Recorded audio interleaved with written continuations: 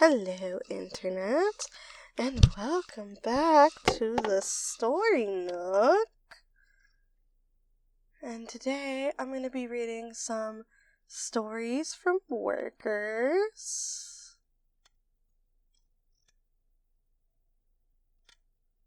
So, yeah. So let me go ahead and get everything set up. I'm a little bit hazy today, I guess is what you could say. Our first story is from the subreddit Reddit Tales from the Front Desk, posted by user H. Vilexen. Non-guests are testing me. I'm an auditor, 11 p.m. to 7 a.m. Not a bad shift. My hotel is pretty quiet, but we have a recurring problem. There's a popular bar right next door to us. They got some employees that will sit in our hot tub and drink when they get off, after pull hours. I thought they were guests at first, and then I started seeing them almost every day. Excuse me, hiccup. I've told them on multiple occasions that the pool closes at 10 p.m., and they can't be in after hours. They comply and get out when I ask, but they'll spend the next few hours just hanging out in my parking lot. And then they're right back the next day. This has been going on for weeks. It's starting to be a problem, because with the warmer weather, guests are using the pool more often. So when I have to kick out an actual guest, and then they see these bar employees using the pool, they come down to the desk to yell at me. I've tried to be nice about it, but I feel they're mocking me at this point. Sigh. I'm calling the bar manager. And honestly, I hope that OP does indeed call the bar manager. I think something that could be implemented is if the pool area is closed off by like some doors or something, to get everyone out of that area and then lock that area. Lock the doors and all that. Because that could be the only thing that I could think of.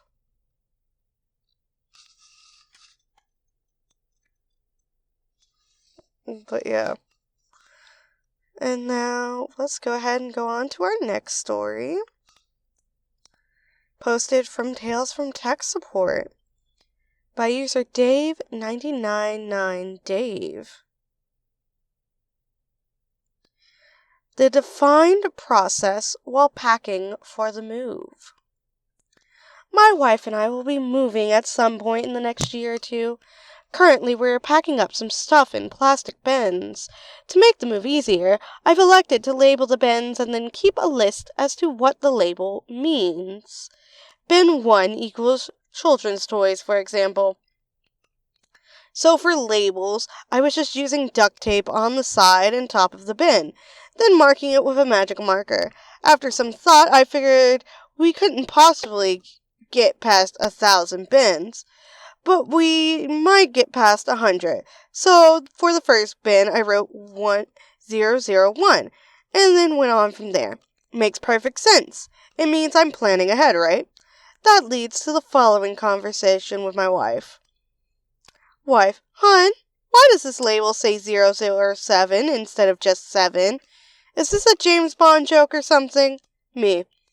No, the leading zeros are just in case the database interprets the field as text. If it does, bin number 12 will be sorted before bin 2. With leading zeros, that problem goes away. Wife, okay, fine. Your spreadsheet thingy will work better. Then I guess I understand, but why do you have to write the zeros on the tape? Me, well, because then otherwise when we sort the bins, I suppose you're right that our human brains don't need the zeros, but I've already labeled 13 bins. I don't want to change our process midstream. That is how human error creeps in and we have incidents. Couldn't we keep going? Wife. Me. Fine. I'll stop using the leading zeros, but I also need a little time to relabel the bins I've already done. Wife. Some of those are already loaded into the van. Do you have to relabel them? Me. Well, I suppose not, but I would just really feel comfortable if all of them use the same system. Why don't you relax for about 30 minutes and I'll just take care of them? Wife. I'll have a glass of wine while you handle that. Wife leaves the room and I start relabeling. Oh, that's sad.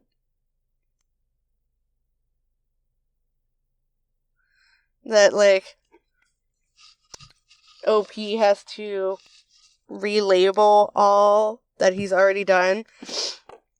Surely the missus would be fine if it's just a couple of labels. It doesn't really matter. It makes the spreadsheet work easy. He's already started. Just continue doing the thing. And our next story is also from Tales from the Front Desk. And it's posted by user TOTO109. Yes, you're still on the DNR, lol. Prefix context. DNR in the hotel industry means do not rent. It does not mean do not resuscitate, which is what I thought, but I'm just that's for medical terms, not for a hotel. That makes no sense. And then I had to Google it, so it made sense. I can speak for all of us, but no matter how awful a guest is to staff, I would very much prefer for guests to learn from their mistakes and live if they so choose. With that out of the way, I encountered my first call to confirm if a certain guest was still on our DNR list. Here's the gist of what the caller stated. Hey, so I'm trying to see if I'm allowed to rent to your hotel. I tried making a reservation from insert corporate hotel chain here website, but it won't let me. I think I've been flagged, and I just wanted to see if I could stay at your hotel because I paid good money to stay before. I didn't know I was supposed to lodge a complaint with the hotel first before going to corporate, etc. So, yeah, the shy guy just kept digging a hole for himself. Of course, I very politely confirmed that our hotel would no longer honor any of his reservation, and the call ended shortly. Basically, instead of lodging his complaints to FD, the front desk, he went straight to corporate to get free nights, refunds, points, etc.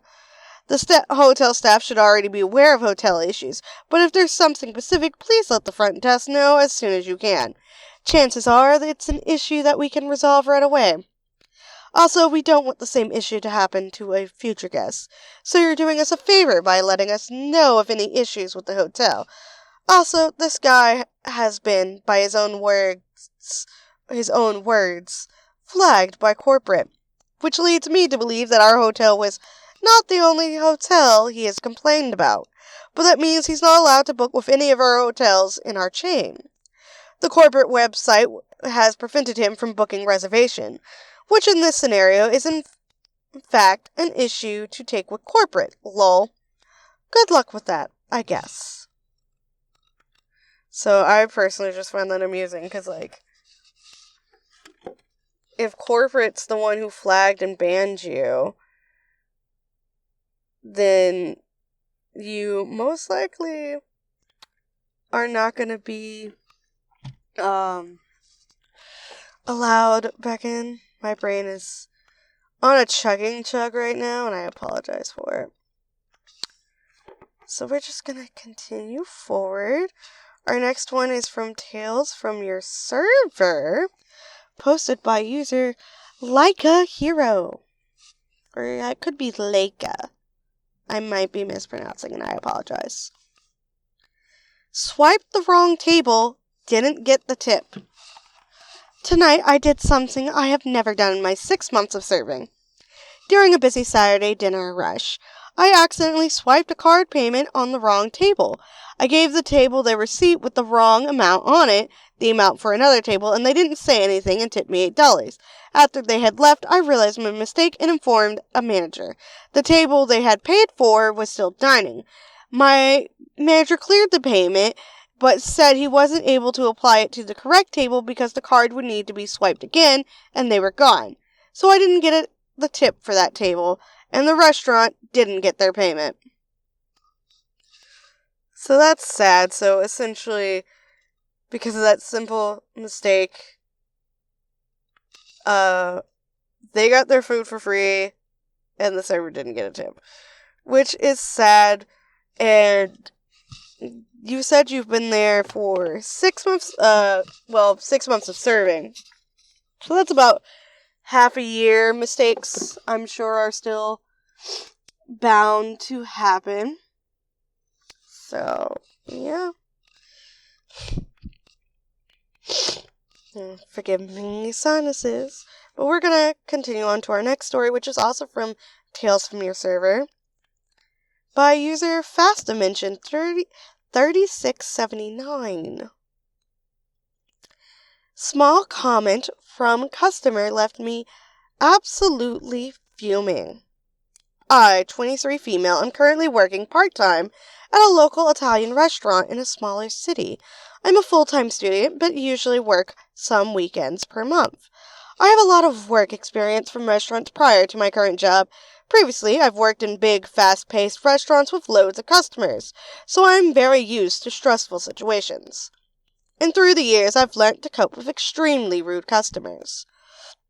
I've almost never take whatever horrible things they say to me personally, unless it's constructive criticism, of course.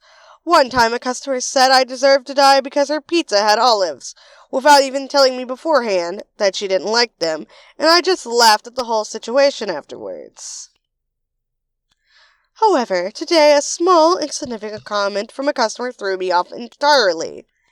When I served him his beer, a Poretti, which is supposed to have foam on top, he demanded me to go back to the bar and fill it up all the way. At first I thought he was complaining about the foam, and I explained that it was supposed to have it on top, and that I had given him the right amount, but he got annoyed and explained in a really condescending manner that there was a gap between where the foam ended and the rim of the glass. I was super confused and asked him to explain again, as the gap was less than 1/5 of an inch, but he seriously meant that I was trying to rip him off because of this. The glass was literally overflowing when I poured it, so the foam only shrunk a tiny bit on the way to the table. Anyways, I just did as he said and went back and poured it over the brim again, so I knew it was full enough for him. He was watching me with a huge smirk, but the comment just stuck with me the whole evening. At first, I felt sad and humiliated. My brain cannot speak words, apparently. I even had to lock myself in the bathroom for 2 minutes to calm down. And then it turned into an extreme anger. I have no idea why, as this was not even remotely the worst thing a customer has said to me. I just felt as if he did it just to humiliate me. Has something similar happened to any of you guys? Why did I react so strongly to such a small comment? I still get annoyed thinking about it. So I feel like OP, they are just 23, and while they think they're just kind of like letting the stuff roll off their back and laugh it off, a whole bunch of those comments, they will eventually get to you and they'll eat at you. It's just a very slow eating. Like, I was bullied very ruthlessly throughout elementary and middle school. It let up a lot during high school, but it's a lot of, like, little itty-bitty bits of just eating away at you. So, like, a lot of things people would say to me, I would try to laugh it off and all that, and outwardly pretend to be fine, and try to mentally trick myself, but I would eventually have breakdowns. And I think that is what is happening to OP here. She's just not realizing that all, like, these insane, crazy comments that you're trying to laugh off and pretend like it's just water off your back, it is secretly eating at you. Like, think about, like, how, I do YouTube as a hobby. I don't do it for a living like Redx and stuff that other people do. But the mean comments that I do get when I do get them, which is very rare because I hardly ever get comments on anything, those do upset me. And luckily, social media wise, there's a block button, there's a delete button. But in real life, there's not that. And especially in a restaurant, I didn't work server like you. I was an hourly employee at an arcade, working the kitchen and the bar area. But, like, I've had a lot of horrible shit said to me by customers. One lady called me racist because we didn't have lemon pepper wings. A lot of people tried to order stuff that wasn't on the very limited menu that the arcade had and then would get mad at me for it. Like, it was somehow my fault. So, yeah. I think what it is just all those little bitty things. And this guy and his rudeness in the way he's trying to humiliate you, like several other assholey customers do, it eats at you, and this was just probably the straw that just broke the camel's back. But yeah, we're gonna end this episode here. Thank you all for joining me today. You're all wonderful. And I hope you all have a good day. Make sure to stay hydrated. And all that good stuff. So yeah. Bye-bye.